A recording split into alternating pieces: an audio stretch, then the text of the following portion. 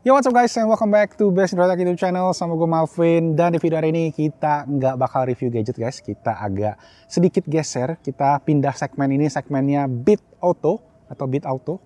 Yang mana yang lebih bagus guys, tulis di bawah. Yes, kita hari ini akan review mobil yang ada di belakang gua sekarang guys. Jadi ini adalah mobil tahun 2015 yang menurut gua masih lebih canggih atau bisa dibilang setara lah dengan mobil baru tahun 2020. Mobil apa itu? So, ini dia guys mobilnya, Mazda CX-5 tahun 2015. Jadi ini adalah mobil pribadi gue yang udah gue pakai lumayan lama. Dan menurut gue, mobil ini masih bisa dibilang secanggih atau lebih canggih bahkan daripada mobil baru tahun 2020. Penasaran ada apa aja? So, yes, langsung aja tanpa basa-basi lagi kita mulai videonya. Let's go!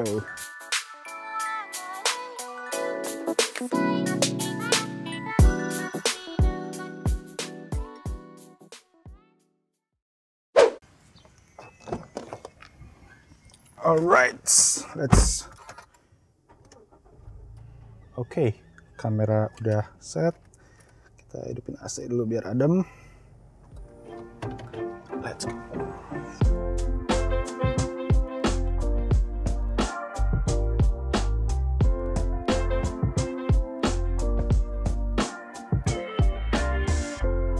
Alright guys, so gue pengen share dulu nih alasan kenapa gue beli mobil ini. Pertama, gue udah punya mobil itu hampir 3 tahun. Jadi gue belinya itu awal 2018, 2019, 20 udah mau 2021. Jadi mobil ini tuh sebenarnya mobil tahun 2015 guys. Jadi Mazda CX-5 ini adalah yang generasi facelift. Facelift pertama itu tahun 2015, dia tuh cuma sampai tahun 2017. 2017 tuh ganti model udah modelnya. Nah, yang alasan kenapa gue beli mobil ini waktu itu gue sempet compare juga sama kompetitor atau saingan SUV-nya. Gue pengen beli mobil lagi ceritanya guys. Jadi ada Honda CR-V sama Nissan X-Trail. Nah, waktu itu kalau gue compare dari segi fitur, dari segi kenyamanan dan lain-lain, Mazda itu lebih unggul di segi fitur dan juga di segi driving experience. Nah, makanya gue akhirnya decide, oke lah, karena gue suka fitur, gue orangnya techy banget, akhirnya gue decide buat beli Mazda CX-5. Gue pilih Mazda CX-5 dan ini gue dapet waktu itu kilometernya juga super rendah, 18.000, 19.000. Sekarang ini udah hampir 40.000. Jadi selama 3 tahun juga gue nggak gitu sering banyak paket hitungannya ya kali ya. Dan sesuai dengan judul videonya guys, gue pengen share ke kalian nih, kenapa mobil ini tahun 2015 masih lebih canggih dibandingkan mobil baru tahun 2020. Gue ada sekitar 10 poin, 10 fitur yang menurut gue kenapa mobil ini lebih canggih, jadi langsung aja kita masuk. Yang pertama adalah walk away lock. Nah, walk away lock ini bisa dibilang fitur yang sangat underrated, yang jarang banget ada di mobil-mobil yang dijual di Indonesia guys. Kayak merek-merek lain tuh gue nggak pernah denger, gue cuma tahu ada BMW sama terakhir tuh Honda Accord. Itu pun Honda Accord yang terbaru, jadi sedan termahalnya Honda yang punya fitur walk away lock. Di Mazda CX-5 ini guys, di tahun 2015 ada fitur walk away lock. Jadi fitur itu adalah kalian tuh bisa langsung tutup mobil aja, kalian jalan menjauhi mobil, mobilnya akan langsung otomatis ngunci. Jadi kalian nggak perlu ribet-ribet pencet remote atau pencet tombol yang ada di samping pintunya. Itu menurut gua yang sangat convenience banget, bisa dibilang istilahnya kayak gua nggak perlu lagi keluarin remote, nggak perlu lagi ribet, gua tutup pintu, gua jalan aja, pasti pintunya otomatis ngunci. Makanya menurut gua itu fitur yang sangat menarik banget. Dan sampai saat ini masih jarang banget yang ada di mobil-mobil yang dijual di tahun 2020. Oke, lanjut ke fitur yang kedua, yaitu All Auto. Kenapa gue bilang All Auto? Fitur All Auto ini sebenarnya banyak banget guys yang ada di CX-5 ini. Pertama, dari segi lampu, dia udah otomatis. Dia ada DRL juga, kemudian wipernya juga udah otomatis guys. Dan juga kalian dapat spion. Nih kalau kata B-Channel, nih spion elektrokromatik ya, jadi spionnya yang otomatis ngedim sendiri. Dan buat tahun 2015, istilahnya buat tahun 2020 pun itu masih jadi yang fitur yang mewah, tapi di tahun 2015 di CX-5 ini udah ada.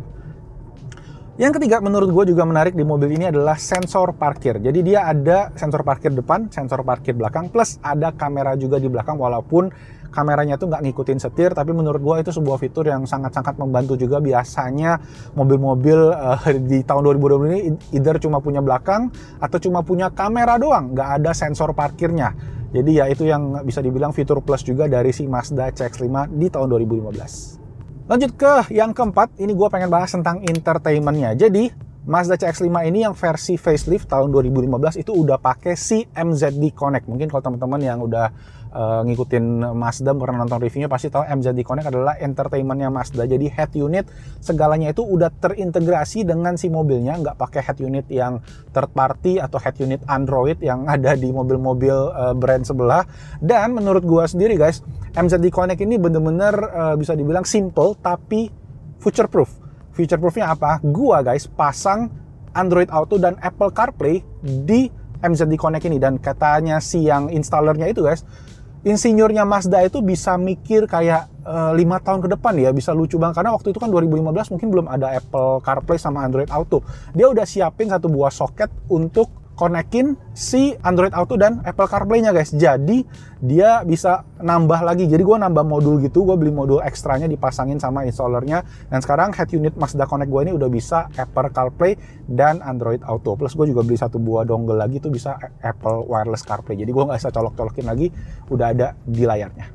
Nah, selain dari Mazda Connect sendiri guys, sistem dari speakernya Mazda CX-5 yang versi touring ini udah pakai Bose speaker. Jadi ya kalau teman-teman tahu Bose ya udah tahu sendiri lah, kualitas audionya udah oke. Dan menurut gue sendiri, yang gue suka audio, menurut gue emang kualitas suaranya udah termasuk oke dan nggak perlu di-upgrade lagi sih. Lanjut, fitur kelima adalah sunroof yang ada di atas ini guys. Jadi sunroofnya bisa dibuka juga, dan bisa dibilang sunroof sendiri adalah sebuah fitur kemewahan untuk mobil di Indonesia di tahun 2020 ini. Masih banyak banget mobil yang nggak pakai sunroof. Tapi sebenarnya ya buat gue sih sunroof juga jarang sih kepakainya. Cuma memang fitur pajangan aja nih bisa dibilang. Oke, lanjut ke nomor 6 guys, TPMS atau Tire Pressure Monitoring System. Nah, di Mazda CX-5 ini ada fitur tersebut, tapi memang fiturnya itu nggak digital kayak yang ada di mobil Wuling.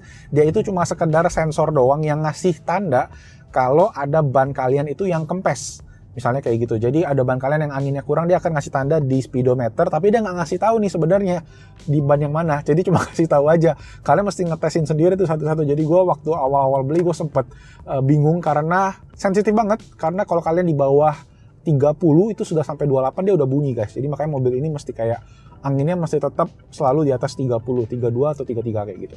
Nah, fitur selanjutnya lagi yang mungkin belum ada di semua mobil 2020 yang baru adalah electronic parking brake yang terdapat di center console-nya di tempat Mazda Connect-nya ini guys.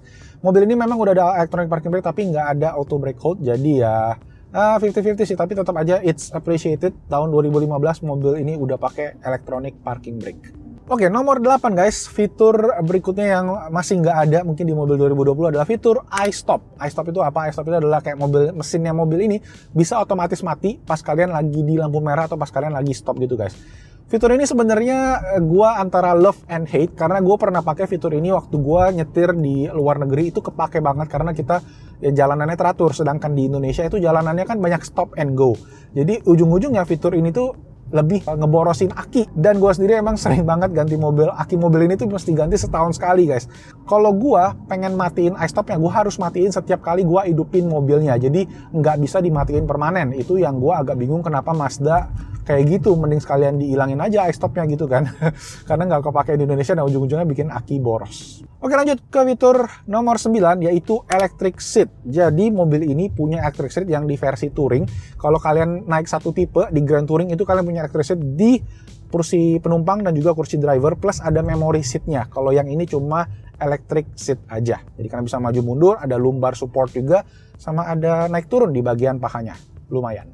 Oke, fitur terakhir ini sebenarnya nggak ada di versi yang touring guys, adanya di versi Grand Touring yang tertinggi, yaitu blind spot monitoring dan juga lane departure warning. Jadi blind spot monitoring adalah sensor di bagian spion yang biasa hidup kalau kalian ada mobil di samping kanan di mana terdapat di blind spotnya. Sedangkan lane departure warning itu speedometernya di versi Grand Touring itu juga sedikit berbeda sama yang punya gua di versi touring. Di sisi kanannya MID-nya itu lebih detail, lebih lengkap guys, lebih gede juga, lebih bulat gitu. Kalau gua ini kan agak ngotak gitu, jadi ya lebih banyak fitur lah. Kalau kalian ada pergeseran gitu dia bakal ngasih tahu, bakal kasih feedback ke setirnya katanya kalau kalian lagi ninjek di garis kayak gitu. Itu sistemnya.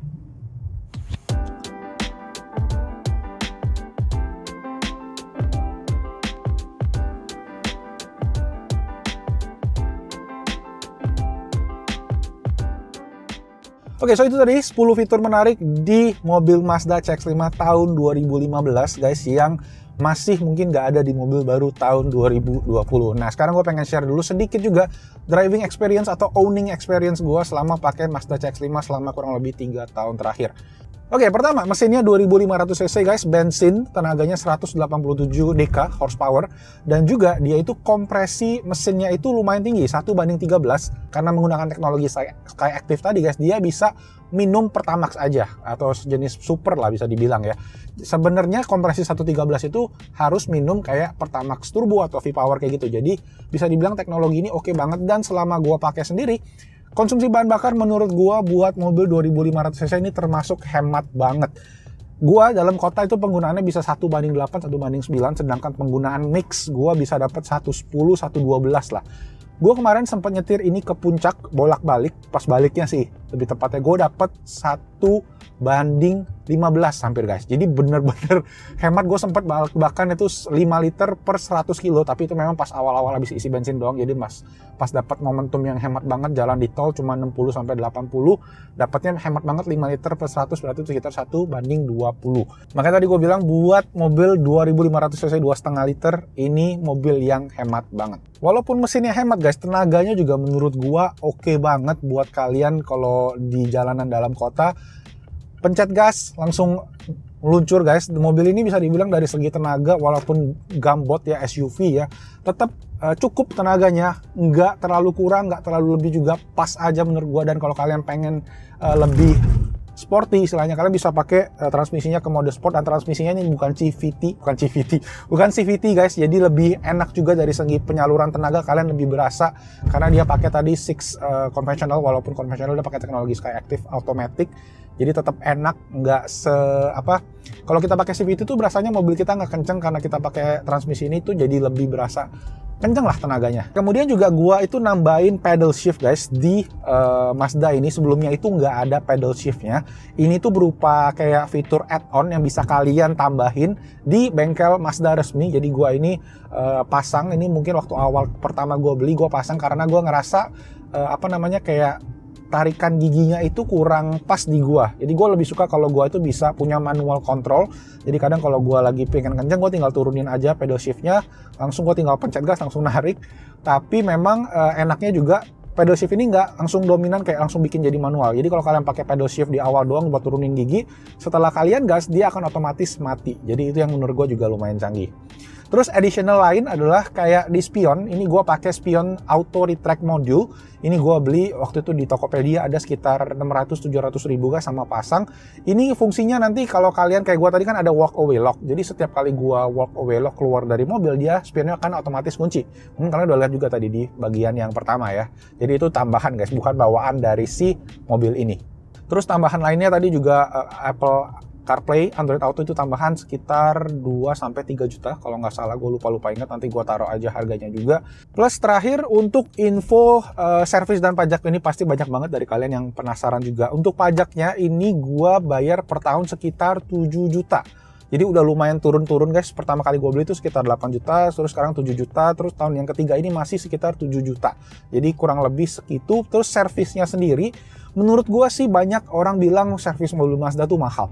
Jujur gue sebelumnya punya mobil Honda, itu servisnya juga kurang lebih sama guys harganya. Gue waktu itu punya mobil Mobilio, mungkin kalian semua pernah kalau nonton channel Best in Auto, gue sering bahas gadget-gadget di mobil, itu gue syutingnya di Mobilio. Jadi itu juga kurang lebih sama servisnya, 2 jutaan juga, 2,5 juta. Ini 2,5 juta sampai 3 juta range-nya. Jadi kurang lebih kayak gitu. Oke, kemudian yang gua ganti selama 3 tahun kepemilikan gua, pertama adalah ban. Jadi bannya ini guys udah waktu itu 30.000 km gua ganti yang depan, tapi gua ganti yang merek Axelera, ada buat Mazda CX-5, karena yang merek aslinya yang Toyo itu susah nyari yang ukuran pas dengan CX-5, adanya yang mirip-mirip, dan Toyo itu juga mahal banget. Jadi akhirnya gua ganti yang standar aja Axelera, dan not bad sih selama gua pakai, gua nggak berasa perbedaan yang gimana banget. Kemudian yang gue ganti lagi adalah tadi aki, gue ganti setahun sekali. Gue sekarang pakai merek yang warna hijau, gue lupa apa, itu mesti ganti setahun sekali juga. Katanya yang rekomendasi itu yang Panasonic, karena Panasonic kalian bisa tahan sampai 2 tahun, karena bawaan asli Mazdanya juga katanya Panasonic. Kemudian yang ketiga, baterai remote juga gue sering ganti, karena tadi mungkin sering dipakai buat keyless entry-nya gitu-gitu, start stop button-nya kan perlu kunci tuh. Dan sekarang baterainya juga gue rada habis, setiap kali baterainya habis tuh gue kadang susah ngebuka si mobilnya. Jadi kayak mesti dipanasin dulu, jadi mesti diganti baterainya setiap mungkin 1,5 tahun sekali. Ini udah gue mau ganti yang ketiga. Dan sekarang itu baru banget sih, lampu LED di RL gue yang depan, yang kanan itu agak masalah. Jadi agak redup dan akhirnya gue belum sempat sih nanya ke bengkelnya biayanya berapa. Mungkin hopefully cuma kabel doang yang kurang kenceng, karena kalau mesti ganti lampu sih mahal nih kayaknya. Nah sekarang guys, dari segi harga pas gua cek terakhir, mobil Mazda CX-5 varian yang ini guys, tahun 2015 yang sebelum facelift, itu cuma sampai 2016, itu harganya kalau kita cek yang touring itu sekitar 240 sampai 260 juta bergantung di kondisi, kilometer dan lain-lainnya juga.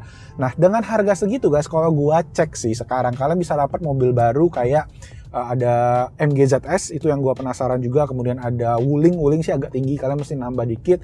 Kemudian ada Toyota Rush, Toyota Daihatsu Terios. Kemudian ada Suzuki XL7. Nah itu harganya range-nya antara 250 sampai 260-70 jutaan guys. Nah tapi menurut gua memang dari segi harga masih worth it dapetin Mazda CX-5 ini di harga segitu, karena kalian dapat kemewahan yang oke banget, kayak setirnya semua kulit, semua soft touch di sini-sini, dan juga mesinnya bertenaga. Dan ya Mazda semakin kesini juga kalian bisa lihat dia kayak teknologi di compare sama mobil Jepang lain, interiornya di compare sama mobil Jepang lain, itu tuh yang terbaik menurut gua.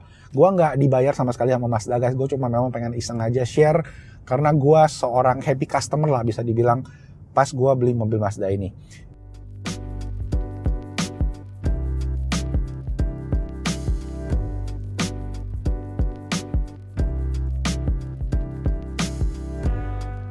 Sudah sih guys, itu tadi video pertama kita untuk segmen Beat Auto atau Beat Auto ini. Yang mana menurut kalian paling oke, tulis di bawah. Dan gue juga pengen tahu dong pendapat kalian, apakah mobil Mazda CX-5 tahun 2015 ini worth it di tahun 2020, atau menurut kalian mending beli baru aja. Let me know pendapat kalian, langsung aja ditulis di kolom comment section di bawah. Dan itu aja guys, thank you semua yang udah nonton. Semoga videonya bermanfaat. Bolehlah klik tombol jempol ke atas kalau kalian suka dengan videonya, dislike juga nggak apa-apa, dan juga subscribe. Hidupin lonceng, apapun itu langsung di kolom comment section di bawah. Bikin rame video pertama ini guys, biar kita bisa review-review mobil lagi. Dan juga kira-kira mobil apa lagi yang pengen kita bahas di segmennya Best Indotech, tulis juga di bawah. Dan itu aja guys, nama gue Malvin. Stay healthy, stay safe, and I'll see you guys on my next video. Ciao.